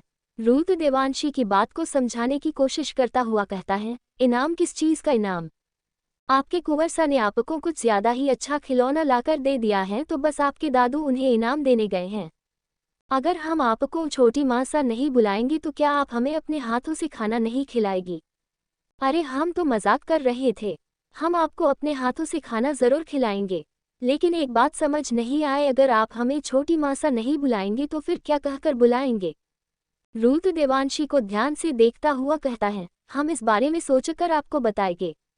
चलिए ठीक है, बता दीजिएगा, फिलहाल हम आपको अपने हाथों से खाना खिला देते हैं। मीनाक्षी देवांशी और रुद्र को बातें करते हुए देख रही थी और मन ही मन किलस भी रही थी। देवांशी जैसे ही रुद्र की तरफ खाना खिलाने के लिए हाथ बढ़ाती है, तभी मीनाक्षी रुद्र को आवाज लगाते हुए गुस्से से कहती है, रुद्र इधर आइए। नहीं, हम इनके हाथों से खाना खाएंगे। रुद्र, हमने कहा इधर आइए, हम आपको खाना खिला देते हैं। नहीं, हमें आपके हाथ से नहीं खाना चाहते। क्यों? क्योंकि आप हमेशा हमें डांटती रहती हैं। मीनाक्षी गुस्से से देवांशी की तरफ देखती है। देवांशी जैसे ही रुद्र को खाना खिलाने वाली होती है तो मीनाक्षी वहां आकर देवांशी के हाथ से चम्मच छीनकर प्लेट में रख देती है और सख्त लहजे से कहती है, हमारे बेटे से दूर रहिए। मीनाक्षी रुद्र का हाथ पकड़कर खींचती हुई अपने साथ ले जाती है। अब देवांशी डाइनिंग टेबल पर अकेली रह गई थी। आज देवांशी की वजह से घर के सभी लोग भरपेट खाना खाए बगैर ही डाइनिंग टेबल से उठकर चले गए थे। देवांशी भी अपने कमरे में चली जाती है और देव के आने का इंतजार करने लगती है, क्योंकि देव की आंखें जाते जाते इतना तो कहकर गई थी कि देव आने के बाद अपना बदला जरूर लेगा। देवांशी खुद से कहती है, कुंवरसा हम आपसे डरते नहीं हैं और आज ये बात हम आपको अच्छे से समझा भी देंगे। देवांशी खुद को देव के गुस्से से बचाने की प्लान बना रही थी। वो सबसे पहले अपनी कटार को ढूंढकर अपने लहंगे में छिपा लेती है और बालकनी में जाकर खड़ी हो जाती है। एपिसोड 48 देव की प्लानिंग, राजा रुद्र प्रताप सिंह राठौड़ की सच्चाई। मीनाक्षी गुस्से से देवांशी की तरफ देखती है। देवांशी जैसे ही रुद्र को खाना खिलाने वाली होती है तो मीनाक्षी वहां आकर देवांशी के हाथ से चम्मच छीनकर प्लेट में रख देती है और सख्त लहजे से कहती है, हमारे बेटे से दूर रहिए। मीनाक्षी रुद्र का हाथ पकड़कर खींचती हुई अपने साथ ले जाती है। अब देवांशी डाइनिंग टेबल पर अकेली रह गई थी। आज देवांशी की वजह से घर के सभी लोग भरपेट खाना खाए बगैर ही डाइनिंग टेबल से उठकर चले गए थे। देवांशी भी अपने कमरे में चली जाती है और देव के आने का इंतजार करने लगती है, क्योंकि देव की आंखें जाते जाते इतना तो कहकर गई थी कि देव आने के बाद अपना बदला जरूर लेगा। देवांशी खुद से कहती है, कुंवरसा हम आपसे डरते नहीं हैं और आज ये बात हम आपको अच्छे से समझा भी देंगे। देवांशी खुद को देव के गुस्से से बचाने की प्लान बना रही थी। वो सबसे पहले अपनी कटार को ढूंढकर अपने लहंगे में छिपा लेती है और बालकनी में जाकर खड़ी हो जाती है। अब आगे राजा रुद्र का कमरा। राजा रुद्र खिड़की के पास हाथों को पीछे किए हुए बहुत ही सीरियस अंदाज में खड़े थे और देव नजरें झुकाकर उनसे थोड़ी ही दूरी पर खड़ा था। शुरू के कुछ मिनट राजा रुद्र ऐसे ही खड़े रहते हैं जैसे अपने गुस्से को काबू करने की कोशिश कर रहे हों। देव थोड़ी देर बाद धीमी आवाज में कहता है, वो उस दिन हमें रानी देवांशी की बातों पर गुस्सा आ गया था और हम बहुत दिनों बाद महल लौटे थे तो युवराज रुद्र बहुत सारे सवाल जवाब कर रहे थे, इसलिए उस वक्त गुस्से में हमें जो सही लगा हमने वही किया। राजा रुद्र पीछे पलटकर गुस्से से कहते हैं, आपको जो सही लगता है आप वो नहीं कर सकते। आपको हर काम हमारे मुताबिक करना होगा, कल भी और आज भी। देव मत भूलिए आप एक कुंवर हैं और जैसलमेर के होने वाले राजा। हम आपसे बेवकूफ़ी की उम्मीद बिल्कुल नहीं रखते। गुस्से में फैसला करने वाले राजा का शासन बहुत कम दिनों ही चलता है। हम आपकी इन गलतियों की वजह से अपनी बरसों की मेहनत खराब नहीं कर सकते हैं। बड़ी मुश्किल से हमें हमारी खोई हुई उम्मीद वापस मिली है और हम नहीं चाहते कि आपके गुस्से की वजह से हम इस उम्मीद को अपने महल से दूर कर दें। इसलिए बेहतर होगा कि डोर को उतना ही खींचिए जितने में डोर तन सके लेकिन टूट न सके। डोर अगर टूट गई तो सब कुछ खराब हो जाएगा। याद रखिए, आपको राजकुमारी का दिल जीतना है, क्योंकि आप राजकुमारी की मर्जी के बगैर उनकी रियासत पर राज नहीं कर सकते। उन्हें अपना बनाए, जिससे वो आप पर भरोसा कर सके और वक्त आने पर आपको अपनी जैसलमेर की गद्दी दे सके, क्योंकि आपका बेटा पैदा होते के साथ तो जैसलमेर की रियासत पर राज नहीं कर सकता। तो जितने आपके बेटे उस गद्दी के संभालने के लिए तैयार नहीं होते, उतने आप ही वहां शासन करेंगे। हमें हर हाल में जैसलमेर पर राठौर शासन चाहिए। देव बहुत ही सीरियस लहजे से कहता है। हम अपने मकसद से विचलित नहीं हैं। हम जानते हैं कि हम क्या कर रहे हैं और हमें क्या करना है। हम अपनी मंजिल से अनजान न हैं। हमने कोई गलती नहीं की और न ही हमारे जरिए उठाया गया कोई भी कदम गलत था। फिर भी अगर आपको लगता है कि हमने कोई बेवकूफ़ी या गलती की है तो आप हमें सज़ा दे सकते हैं। हम तैयार हैं। रूथ गुस्से से देव की तरफ बढ़ते हुए कहते हैं, तो आपको लगता है कि आपने कोई गलती नहीं की? देव कठोरता से कहता है, जी बिल्कुल। अच्छा, तो किसी से ज़बरदस्ती शादी कर लेना गलती नहीं होती। देव हैरानी से राजा रुद्र की तरफ देखता है, तो वो एक तंज भरी स्माइल के साथ कहते हैं, आपको क्या लगा था? हमें पता नहीं चलेगा। देव रुद्र जी की आंखों में न देखकर अपनी नज़र झुका लेता है। रुद्र आगे बढ़कर देव को झंझोड़ते हुए कहते हैं, हमें आपकी आंखों में विश्वास और कठोरता देखनी है। ये झुकी हुई मासूम आंखों में हमारी कोई दिलचस्पी नहीं है। हमने आपसे कहा था कि जैसलमेर की राजकुमारी को ढूंढकर उन्हें हमारे हिसाब से समझाकर बहुत ही इज्जत के साथ शादी करके आप जोधपुर की रानी बनाएंगे और जोधपुर लेकर आएंगे। हमने आपसे कहा था कि आपकी तरफ से उन्हें कोई भी परेशानी नहीं होनी चाहिए। देव राजा रुद्र की आंखों में देखता हुआ गुस्से से कहता है, पिताजी, वे कोई आम लड़की नहीं है जिससे जाकर हम कहते कि वे जैसलमेर की राजकुमारी है और हम जोधपुर के राजा। हमारा और आपका विवाह बचपन में तय हो गया था। तो आइए चलते हैं, रस्मों और रिवाजों के साथ इस शादी को पूरा कर लेते हैं। और वे मान जाती। वे किसी दूसरे इंसान से शादी करने वाली थी। उन्हें समझाने का वक्त नहीं था हमारे पास। हमने राजकुमारी से ज़बरदस्ती शादी करके कोई गलती नहीं की। हमने उनकी कमज़ोरी को ढूंढकर, उस कमज़ोरी को ढाल बनाकर उनसे शर्तों पर शादी की है। और हमने जो किया बिल्कुल सही किया, क्योंकि राजकुमारी से शादी का सिर्फ यही एक रास्ता था। लेकिन अगर आपको हमारी गलती नजर आ रही है तो आप हमें सज़ा दे सकते हैं। राजा रुद्र का क्रोध भी बढ़ता जा रहा था। वे देव को खा जाने वाली नज़रों से घूर रहे थे। अपने गुस्से को कंट्रोल करने की कोशिश करते हुए कहते हैं, क्या शादी से पहले आपने राजकुमारी देवांशी को इस शादी के सच के बारे में कुछ नहीं बताया था? हमने उन्हें नहीं बताया था, लेकिन वे आधे से ज़्यादा सच जान चुकी हैं। मतलब यही है कि हमारे बिना कुछ बताए वे एक दिन में पता कर चुकी हैं कि वे कौन है और हमने उनसे ज़बरदस्ती शादी क्यों की है। उन्हें पता चल गया है कि हमें उनसे एक पुत्र चाहिए जो जैसलमेर की गद्दी पर हमेशा के लिए राठौर शासन जमा सके। राजा रुद्र गुस्से से तिलमिला जाते हैं और भड़कते हुए कहते हैं, देव, हमने आपसे कहा था कि राजकुमारी को सब कुछ सच पता नहीं चलना चाहिए।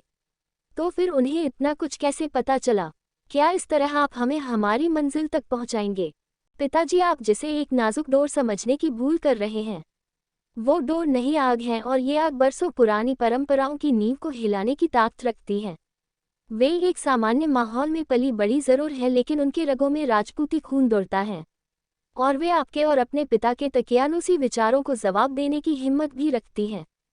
इसका सबूत आप थोड़ी देर पहले देख चुके हैं। आप इतनी बड़ी रियासत के राजा हैं, लेकिन आपसे बात करते वक्त रानी देवांशी की आंखों में रद्दी भर भी खौफ नहीं था। उनकी नज़र में आप सिर्फ एक इंसान हैं जिसे यहाँ की जनता राजा कहकर पुकारती है। वे कोई आम लड़की नहीं है जिन्हें बेवकूफ़ बनाया जा सके।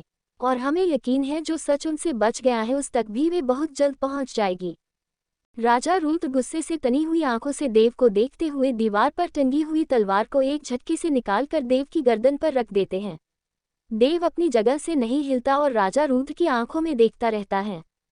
राजा रुद्र तलवार पर अपनी पकड़ को कसते हुए गुस्से से कहते हैं, कुंवर देव प्रताप सिंह राठौर, क्या आप अपना किया हुआ वादा भूल गए? आप हमें फिर से रोकने की कोशिश कर रहे हैं। आपने हमसे हर हाल में जैसलमेर पर राठौर शासन का वादा किया था। राजा रुद्र की तलवार की नोक देव के गर्दन पर चुभती हुई एक हल्का जख्म दे देती है और आप पतली लाइन से खून निकलने लगता है। देव राजा रुद्र की तलवार को अपने मुट्ठी में कसकर पकड़ता है और उसे अपने गर्दन से हटाकर कहता है, हम आपके ज़बरदस्ती से लिए हुए उस वादे को नहीं भूले और ना ही आपको रोकने की कोशिश कर रहे हैं, लेकिन हम आपको चेतावनी ज़रूर दे रहे हैं कि कहीं जैसलमेर की रियासत पर शासन का आपका सपना आपकी जोधपुर की रियासत पर चलते शासन को भी कमज़ोर न कर दे। आप जिसका इस्तेमाल कर रहे हैं वे कोई मामूली लड़की नहीं है जो आपकी हर बात को सर झुकाकर हाँ कह दे और सब कुछ आपके हिसाब से हो जाए। राजा रुद्र अपनी तलवार की पकड़ को ढीली करते हुए कहते हैं, आपको न तो हमें चेतावनी देने की ज़रूरत है और ना ही कुछ भी समझाने की।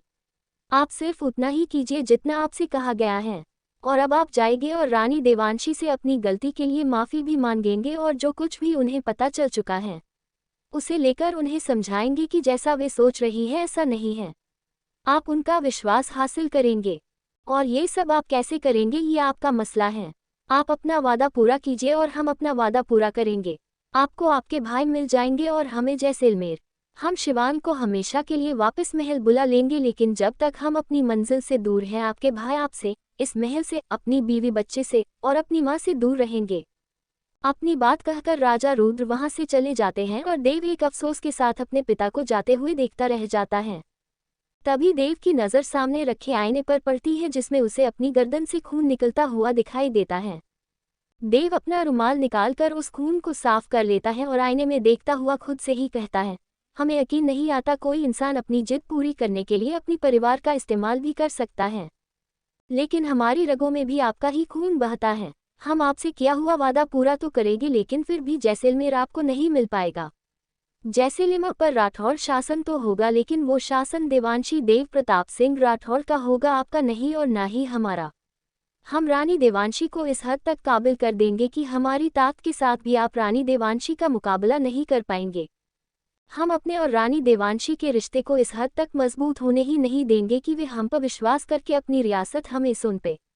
हम उनके राजपूती खून में अपने लिए इतनी नफरत भर देंगे कि उन्हें लगने लगेगा कि हमसे बेहतर वे खुद ही अपनी रियासत पर शासन कर सकती हैं। देव का कमरा। देव अपने कमरे में पहुंचता है तो उसे देवांशी कहीं नजर नहीं आती। देव इधर उधर नजर दौड़ाता है तो उसे समझ आ जाता है कि देवांशी बालकनी में खड़ी है। देव अपने कमरे के दरवाजे के पास खड़ा था। देव अंदर आकर दरवाज़ा बंद कर लेता है। देवांशी को भी देव के आने की आहट हो जाती है और दरवाज़ा बंद करने की भी आवाज़ आती है, लेकिन वो पीछे मुड़कर नहीं देखती। देवांशी देव से लड़ाई करने के लिए बिल्कुल तैयार खड़ी थी। उसने सोच रखा था कि अगर अब देव उसके नज़दीक आकर कोई भी हिमाकत करने की कोशिश करेगा तो वो उसे जख्मी किए बिना नहीं छोड़ेगी। एपिसोड 49। हमसे नज़दीकी आपको बेसुकून कर देती है। अपनी बात कहकर राजा रुद्र वहां से चले जाते हैं और देव एक अफसोस के साथ अपने पिता को जाते हुए देखता रह जाता है। तभी देव की नज़र सामने रखे आईने पर पड़ती है जिसमें उसे अपनी गर्दन से खून निकलता हुआ दिखाई देता है। देव अपना रुमाल निकालकर उस खून को साफ कर लेता है और आईने में देखता हुआ खुद से ही कहता है, हमें यकीन नहीं आता कोई इंसान अपनी जिद पूरी करने के लिए अपनी परिवार का इस्तेमाल भी कर सकता है, लेकिन हमारी रगों में भी आपका ही खून बहता है। हम आपसे किया हुआ वादा पूरा तो करेंगे, लेकिन फिर भी जैसलमेर आपको नहीं मिल पाएगा। जैसलमेर पर राठौर शासन तो होगा, लेकिन वो शासन देवांशी देव प्रताप सिंह राठौर का होगा, आपका नहीं और ना ही हमारा। हम रानी देवांशी को इस हद तक काबिल कर देंगे कि हमारी ताकत के साथ भी आप रानी देवांशी का मुकाबला नहीं कर पाएंगे। हम अपने और रानी देवांशी के रिश्ते को इस हद तक मजबूत होने ही नहीं देंगे कि वे हम पर विश्वास करके अपनी रियासत हमें सुन पे। हम उनके राजपूती खून में अपने लिए इतनी नफरत भर देंगे कि उन्हें लगने लगेगा कि हमसे बेहतर वे खुद ही अपनी रियासत पर शासन कर सकती हैं। अब आगे। देव का कमरा। देव अपने कमरे में पहुंचता है तो उसे देवांशी कहीं नजर नहीं आती। देव इधर उधर नजर दौड़ाता है तो उसे समझ आ जाता है कि देवांशी बालकनी में खड़ी है। देव अपने कमरे के दरवाजे के पास खड़ा था। देव अंदर आकर दरवाज़ा बंद कर लेता है। देवांशी को भी देव के आने की आहट हो जाती है और दरवाज़ा बंद करने की भी आवाज़ आती है, लेकिन वो पीछे मुड़कर नहीं देखती। देवांशी देव से लड़ाई करने के लिए बिल्कुल तैयार खड़ी थी। उसने सोच रखा था कि अगर अब देव उसके नज़दीक आकर कोई भी हिमाकत करने की कोशिश करेगा तो वो उसे जख्मी किए बिना नहीं छोड़ेगी। देव देवांशी की तरफ 2-4 कदम बढ़ाता है, लेकिन फिर कुछ सोचकर रुक जाता है और बैग की तरफ चला जाता है। बैग के पास दीवार पर बारीक नक्काशी से बहुत सारे सुनहरे मोरपंख बने हुए थे। देव उन्हीं मोरपंखों में 2 मोरपंख एक साथ दबाता है, जिसके बाद वो दीवार हट जाती है और एक कमरा दिखाई देने लगता है। देवांशी अभी भी वही बालकनी में खड़ी हुई थी। देव एक नज़र देवांशी की तरफ देखता है और हल्का सा मुस्कुराकर उस कमरे में चला जाता है। उस कमरे की दीवार पर भी ठीक वैसे ही मोरपंख बने हुए थे। देव वहां से दो पंख एक साथ दबाता है, जिसके बाद दीवार पहले जैसे ही बंद हो जाती है। सब कुछ बिना किसी शोर या आवाज से हुआ था, जिस वजह से देवांशी को कुछ पता नहीं चलता। उसे लगा था कि देव कमरे में आते के साथ ही पहले उससे अपना बदला लेगा, लेकिन देव तो उसके पास भी नहीं आया था। थोड़ी देर इंतजार करने के बाद जब देवांशी को कोई आहट नहीं होती तो वो पीछे मुड़कर देखती है। कमरे में देव को मौजूद न देखकर देवांशी को हैरानी होती है। देवांशी कमरे में आती हुई सोचती है, कुंवर सा अभी कमरे में आए थे क्या? वो हमारा वहम था। नहीं नहीं, वो हमारा वहम नहीं था, हमें उनके आने की आहट हुई थी। देवांशी पुल साइड में जाकर देव को ढूंढती है, लेकिन देव वहां भी नहीं था। देवांशी बाथरूम में देव की आहट महसूस करने की कोशिश करती है, लेकिन बाथरूम से भी कोई आहट नहीं आती। तभी देवांशी की नज़र दरवाजे पर पड़ती है, जो अंदर से लॉक था। देवांशी कमरे में इधर उधर घूमती हुई कहती है, कुंवर सा अंदर तो आए थे, लेकिन गए तो गए कहाँ? 1 घंटे बाद देवांशी बेड पर बैठी थी और हैरान थी, क्योंकि देव का कहीं अता पता नहीं था।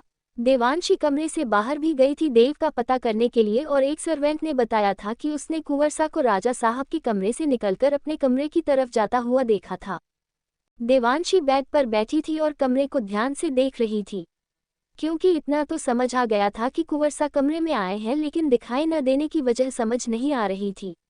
देवांशी खुद को आईने में देखती हुई खुद से ही कहती है, कुंवर सा इस कमरे में कहीं नजर नहीं आ रहे हैं, लेकिन हमें ऐसा क्यों लग रहा है जैसे कुंवर सा इसी कमरे में मौजूद है और हमें देख रहे हैं। तभी दरवाजे पर दस्तक होती है। देवांशी भागकर दरवाजा खोलती है। दरवाजे पर युवराज रुद्र खाना लिए खड़ा था। देवांशी हैरानी से उसे देखती है। रुद्र अंदर आता हुआ कहता है, हमें इन बड़ी बड़ी गोल गोल आंखों से देखना बंद कीजिए। बड़ी मुश्किल से मां सा से नजर बचाकर आपके लिए खाना लेकर आए हैं, और आप हमें नजर लगा रही हैं। हटिए हमारे रास्ते से। देवांशी रास्ते से हट जाती है और रुद्र खाना अंदर बेड पर ले जाकर रख देता है। रुद्र इधर उधर देखता हुआ कहता है, बापू सा कहाँ हैं? हमें नहीं पता। रुद्र अपनी कमर पर दोनों हाथ रखकर थोड़ा गुस्से से कहता है, आपको पता होना चाहिए। लेकिन क्यों? क्योंकि आप उनके कमरे में रहती हैं। हाँ रहती तो हूँ, लेकिन कुछ नहीं, जल्दी से उन्हें बुलाए, हमें उनसे बात करनी है। देवांशी रुद्र का हाथ पकड़कर बेड पर बैठाकर कहती है, लेकिन हम उन्हें कैसे बुलाए? वो तो यहाँ है ही नहीं। रुद्र मासूमियत से कहता है, बापू सा कहते हैं झूठ बोलना गंदी बात होती है, और हमारे दादाजी यानी कि राजा रुद्र प्रताप सिंह राठौर झूठ बोलने वाले को सजा दे देते हैं। देवांशी बेफिक्री से कहती है, हमने कोई झूठ नहीं बोला। रुद्र बेड से खड़ा होकर कहता है, हम बाहर पूछकर आए हैं, बापू सा यही आए हैं। देवांशी रुद्र को देखती हुई एक गहरी सांस लेती है और मन ही मन सोचती है, देवांशी अगर आप किसी तरह कुंवर सा से बच भी गई तो ये छोटे साहबजादे अपने सवालों से आपको जान से मार देंगे। हे शिव जी, माना कि हम बच्चों को जल्द ही हैंडल कर लेते हैं, लेकिन इसका मतलब ये तो नहीं कि आप दुनिया के सारे तेज तर्रार बच्चों को हमारे इर्द गिर्द भेज दो। रुद्र देवांशी को सोच में गुम देख कहता है, अब क्या आप कोई नया झूठ बोलने वाली हैं? देवांशी रुद्र का हाथ पकड़ती हुई कहती है, आप हमें एक बात बताइए। पूछिए, क्या आपको इस कमरे में कहीं कुंवर सा दिखाई दे रहे हैं? नहीं। क्या आपके कुंवर सा इत्तू से हैं जिन्हें हम कहीं छिपा सके? नहीं। क्या आपको हमारी आंखों में झूठ और छल नजर आता है? नहीं। तो हमें नहीं पता वो कहाँ गए हैं। वो यहाँ आए जरूर थे, लेकिन अचानक कहीं गायब हो गए हैं। उन्हें जब यहाँ आना होगा वो आ जाएंगे। आप ये बताइए, आप ये खाना यहाँ क्यों लेकर आए हैं? रुद्र नजर चुराता हुआ कहता है, क्योंकि आपने खाना नहीं खाया इसलिए। अच्छा, तो आपको हमारी फिक्र हो रही है? जी बिल्कुल। लेकिन क्यों? क्योंकि हमें आपके साथ खेलना है और खाना खाए बगैर नहीं खेलते हैं, इसलिए हम आपके लिए खाना लेकर आए हैं। आप जल्दी जल्दी खा लीजिए। रुद्र की बातों पर देवांशी के चेहरे पर मुस्कान आ जाती है और वो रुद्र का लाया हुआ खाना खा लेती है। खाना खाकर देवांशी रुद्र को कहानी सुनाती है और कहानी सुनते सुनते रुद्र को नींद आ जाती है। देवांशी भी पूरी रात की जागी हुई थी, इसलिए उसे भी नींद आने लगती है। देवांशी रुद्र के पास बेड पर लेट जाती है और एक हाथ से रुद्र के सीने पर थपथपाकर उसे सुलाने की कोशिश करने लगती है। देवांशी रुद्र के साथ देव को तो जैसे कुछ देर के लिए भूल ही गई थी। रूथ की मासूमियत से भरी बातें और सवाल देवांशी की जिंदगी में अनाथ आश्रम के बच्चों की कमी को पूरा कर रहे थे। देवांशी अपनी यादों में गुम धीरे धीरे नींद की आगोश में जा रही थी। वो इस बात से बिल्कुल अनजान थी कि देव उस पारदर्शी दीवार से एकटक देवांशी को ही देख रहा है। कमरे की वो दीवार ईंटों से नहीं बल्कि एक मोटे कांच से बनी थी। देव उस कमरे के अंदर से देवांशी को बहुत ही आराम से देख सकता था, लेकिन देवांशी को उस तरफ सिर्फ एक मोर के पंखों से बनी तस्वीर ही दिखाई दे रही थी। देवांशी को नींद में देख देव खुद से कहता है, हमसे नज़दीकी आपको बेसुकून कर देती है। हम तो आपको सुकून देने के लिए यहाँ चले आए, लेकिन यहाँ आकर खुद ही इस कदर बेचैन हो जाएंगे ये नहीं सोचा था। देव अपनी कुर्सी से खड़ा होकर फिर से उन दो मोर पंखों को एक साथ दबाता है और आराम से चलकर देवांशी के पास जाता है और बहुत ही ध्यान से देवांशी के चेहरे को देखने लगता है। देवांशी को चैनन से सोता हुआ देख देव के हाथ खुद ब खुद देवांशी के चेहरे पर आ रहे बालों को हटाने के लिए आगे बढ़ जाते हैं और जैसे ही देव की उंगलियां देवांशी के बालों को छूने वाली होती हैं, देवांशी झट से अपनी आंखें खोल लेती है और पल झपकते ही अपने लहंगे से कटार निकालकर देव की गर्दन पर रख देती है। एपिसोड 50। देव ने की देवांशी के साथ जबरदस्ती। देवांशी अपनी यादों में गुम धीरे धीरे नींद की आगोश में जा रही थी। वो इस बात से बिल्कुल अनजान थी कि देव उस पारदर्शी दीवार से एकटक देवांशी को ही देख रहा है। कमरे की वो दीवार ईंटों से नहीं बल्कि एक मोटे कांच से बनी थी। देव उस कमरे के अंदर से देवांशी को बहुत ही आराम से देख सकता था, लेकिन देवांशी को उस तरफ सिर्फ एक मोर के पंखों से बनी तस्वीर ही दिखाई दे रही थी। देवांशी को नींद में देख देव खुद से कहता है, हमसे नज़दीकी आपको बेसुकून कर देती है। हम तो आपको सुकून देने के लिए यहाँ चले आए, लेकिन यहाँ आकर खुद ही इस कदर बेचैन हो जाएंगे ये नहीं सोचा था। देव अपनी कुर्सी से खड़ा होकर फिर से उन दो मोर पंखों को एक साथ दबाता है और आराम से चलकर देवांशी के पास जाता है और बहुत ही ध्यान से देवांशी के चेहरे को देखने लगता है। देवांशी को चैनन से सोता हुआ देख देव के हाथ खुद ब खुद देवांशी के चेहरे पर आ रहे बालों को हटाने के लिए आगे बढ़ जाते हैं और जैसे ही देव की उंगलियां देवांशी के बालों को छूने वाली होती हैं, देवांशी झट से अपनी आंखें खोल लेती है और पल झपकते ही अपने लहंगे से कटार निकालकर देव की गर्दन पर रख देती है। अब आगे देव गुस्से और हैरानी से कहता है, आप सोने का नाटक कर रही थी। देवांशी एक तंज भरी मुस्कान के साथ कहती है, हम कोई नाटक नहीं कर रहे थे, बल्कि हम आपको आपके खुफिया कमरे से बाहर निकालने के बारे में सोच रहे थे। हम आपकी आंखों की तपिश खुद पर महसूस कर सकते हैं कुंवरसा, एक कांच की दीवार हमें धोखा नहीं दे सकती। हम ये तो समझ चुके थे कि इस कमरे में कोई खुफिया कमरा है, लेकिन उसके जाने का रास्ता हमें मालूम नहीं था, इसलिए कुछ देर के लिए रूथ के साथ मशरूफ होना पड़ा। देव गुस्से से खा जाने वाली नज़रों से देवांशी को घूर रहा था। तभी देवांशी की नज़र देव की गर्दन पर बने हल्के से जख्म पर जाती है। देवांशी अपनी कटार देव की गर्दन से हटा लेती है। देव देवांशी की आंखों में अपने लिए फिक्र की एक हल्की से लकीर को देखता है और गुस्से से देवांशी के हाथ से कटार छीनकर पल झपकते ही देवांशी का हाथ पकड़कर उसे घुमा देता है और कटार देवांशी की गर्दन पर रखकर कहता है, हमारी फिक्र का नाटक करना बंद कीजिए। हम जानते हैं आपके दिल में हमारे लिए सिर्फ और सिर्फ नफरत है।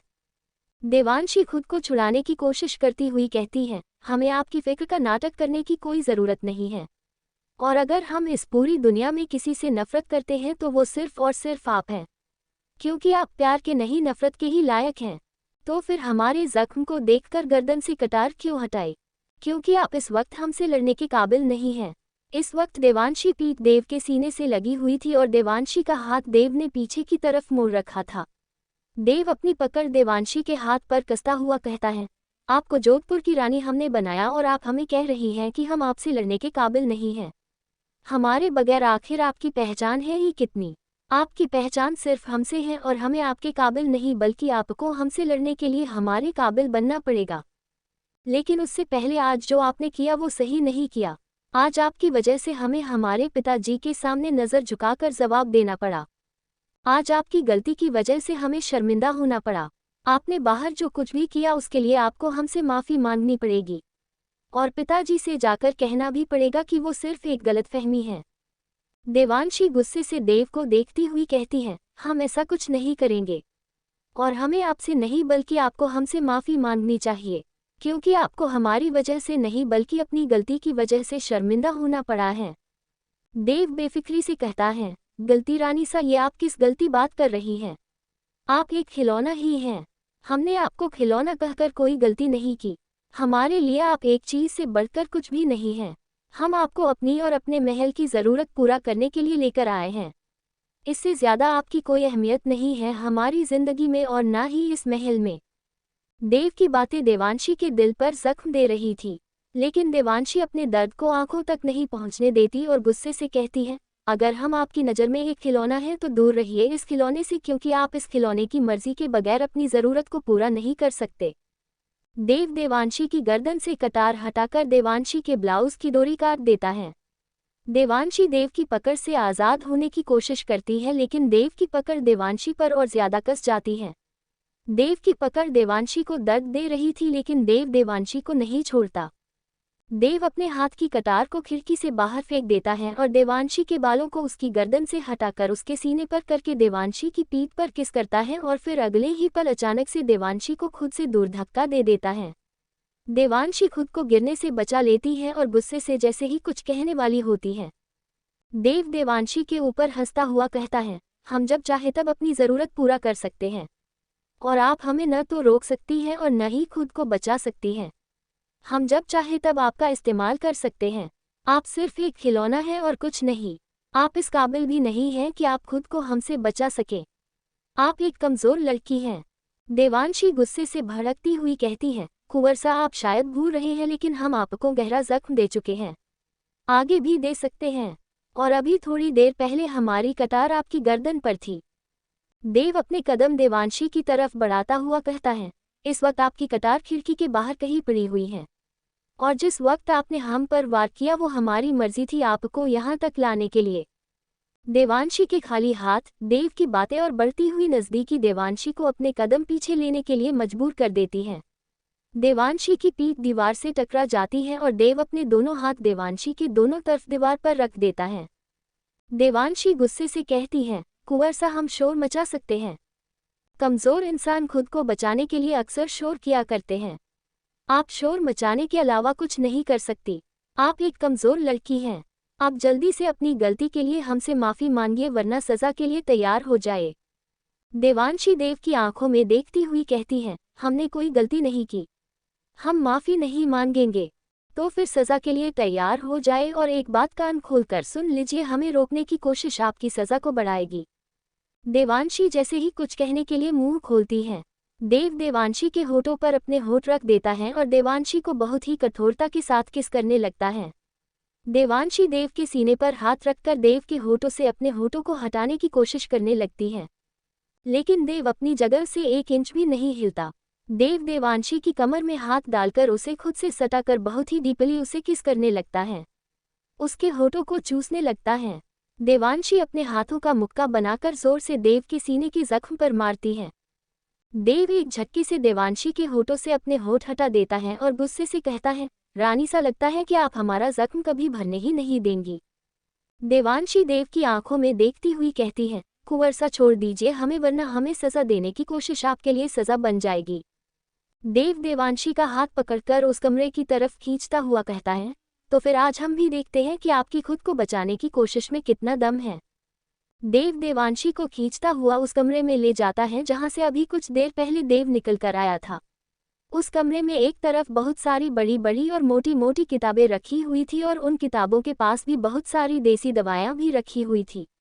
कमरे के दूसरी तरफ एक बड़ा गोल बेड था। देव अंदर आकर उस कमरे को अंदर से बंद कर लेता है। देवांशी हाथ छुड़ाने की कोशिश करती हुई कहती है, कुंवर सा ये क्या कर रहे हैं आप, छोड़िए हमें। देव देवांशी का हाथ पकड़कर जोर से बेड पर धक्का देता हुआ कहता है, हम आपके शोर मचाने की गुंजाइश को खत्म कर रहे हैं। इस कमरे में आप जितना चाहें उतना चीख सकती हैं, क्योंकि इस कमरे की आवाज़ बाहर नहीं जाती। बहुत शौक है ना आपको हमसे मुकाबला करने का, तो कीजिए हमसे मुकाबला और रोकिए हमें खुद के नज़दीक आने से और अपना हक हासिल करने से भी। हम भी देखते हैं आखिर इन नाजुक हाथों में कितना दम है।